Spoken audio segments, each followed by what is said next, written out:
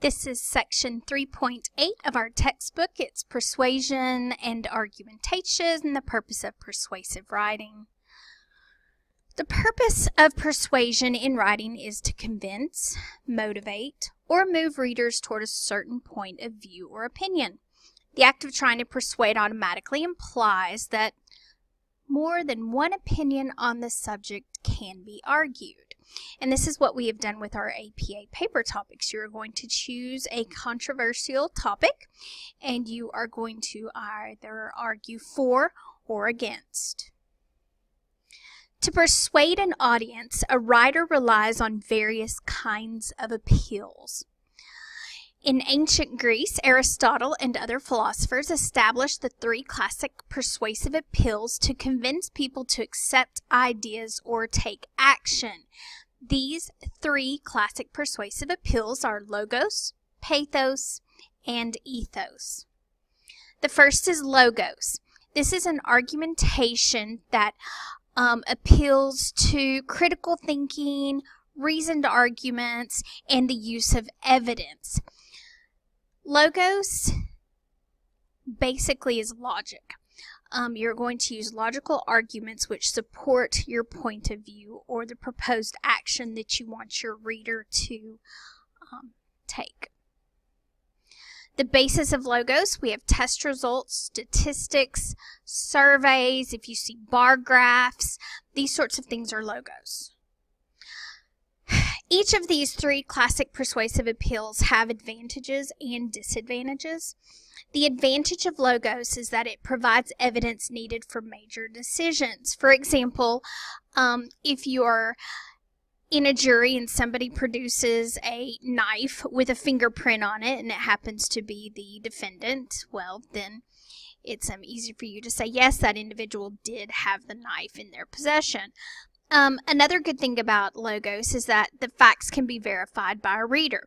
If you give me a statistic, I can go and look that statistic up and make sure that you are giving accurate information. However, logos does have disadvantages. First, it takes a high degree of reader attention and specialized knowledge.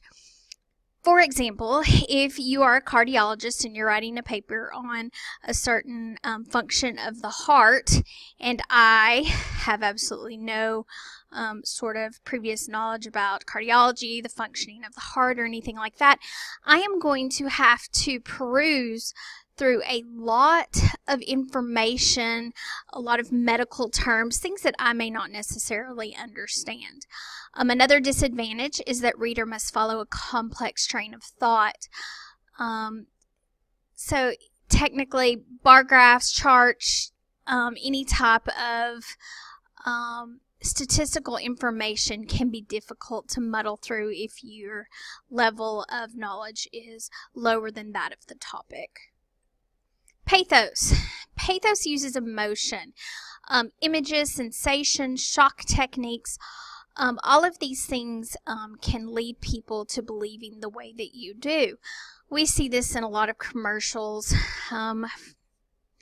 animal commercials, children in third world countries who are starving, these sorts of things. These are pathos appeals. A few words sort of trigger the idea that these are pathos: creativity, achievement, independence, fear. All of these words play to a reader's needs and desires. Like logos, there are advantages and disadvantages. One of pathos' advantages is that it produces immediate, often powerful responses. So when you see these commercials, for example, the animals, the poor little puppies that are trapped in cages, you automatically think, oh my goodness, I have to do something about this. This is terrible. But then once the commercial's over and you start thinking about other things, or the phone rings, or you get a text, although it was powerful, it runs into one of the disadvantages. It's often short-lived. Another disadvantage is it could backfire. For example, if you are not a dog lover and you see one of those commercials, you're like, oh, well, that's sad, but I don't really care too much for animals. So, unless the person cares about the same things you do, that pathos appeal could backfire. Also, emotions provide very limited factual support for your readers. Why do you feel sad? I just do. Is not really it doesn't really give you a leg to stand on. So, a disadvantage, it provides limited factual support. Ethos. Ethos, just think ethics, ETH, ethos, ethics. Ethos uses shared values to influence readers. The basis of ethos. Ethos may call upon reasoning, but it does not rest wholly on the logical analysis of evidence. So, for example, words like religion, patriotism, standards, all of these things are the basis of ethos. Like emotional appeals, ethos reflects deeply held convictions rather than personal motivations. So, you have to think about it. Ethos forms the basis of sermons, editorials, political speeches, these things that are designed to get people riled up, to sort of hit them at the core of what their beliefs are. An advantage of ethos is it calls upon people's core values and can be a powerful motivator. A disadvantage is it works only on audiences with common moral philosophies. So if you're doing a pro-life paper and your audience is, for example, predominantly atheist, it's going to be hard to use biblical verses, Bible verses, to sort of refute their opposition to your pro-life stance. So you have to think about that. You have to think about what your audience's moral philosophies are, and if you can even use ethics with them or ethos. Okay, so out of these three, which do you think is the superior one to use within your paper? Pathos, ethos, or logos? Well, I will tell you, you need to use all three. You're going to use all three to form your argument in your APA paper. You're going to want to live in that little middle triangle. Look, I'll use my mouse. Look, you want to live there. That's the sweet spot right there. All right, so you can also add visual elements to your paper if you like. You absolutely do not have to do that if you do not wish to, but you could use a quantitative visual aid, which would be statistics. It would be your bar graphs, your charts, all of these things. And of course, this is our logos. We've already discussed that. Or you could use qualitative visuals, and these are pictures. These tend to go more towards your appeals, that pathos, emotional, these sorts of things. So you can either use quantitative or qualitative visual aids if you so choose, but you don't necessarily have to. The structure of a persuasive essay. These are the following 5 features which make up the structure of your essay. You're going to have an introduction and thesis. You're going to have opposing and qualifying ideas.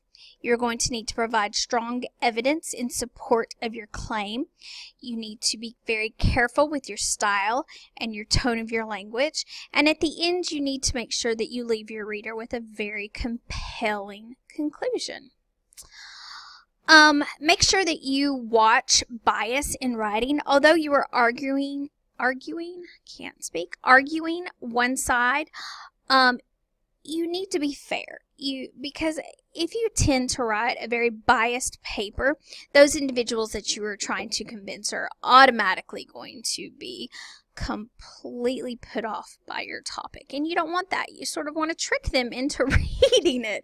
So you have to be very impartial to your subject in the beginning. And then as you go through your statistics and your logos and then your pathos and ethos, all of that will work together. But you must come across as a very educated, open-minded, fair-minded writer. So it says perfectly here, the ideal in persuasive writing is to let your reader know your bias, But do not let that bias blind you to the primary components of good argumentation: your sound, thoughtful evidence, and a respectful and reasonable address of opposing sides, which we will do in our refutation and our concession section. The use of I in writing is a topic of debate. The acceptance of its usage will vary from instructor to instructor. I don't mind it.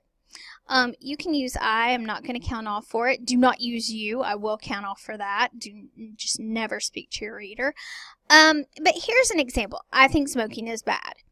But you could change it to smoking is bad, which sort of changes it. It makes it, I think smoking is bad is kind of weak. However, smoking is bad is a very strong statement to make. So, you know, when you do use I, it does kind of take away some of your power, but it's completely up to you. I don't mind it.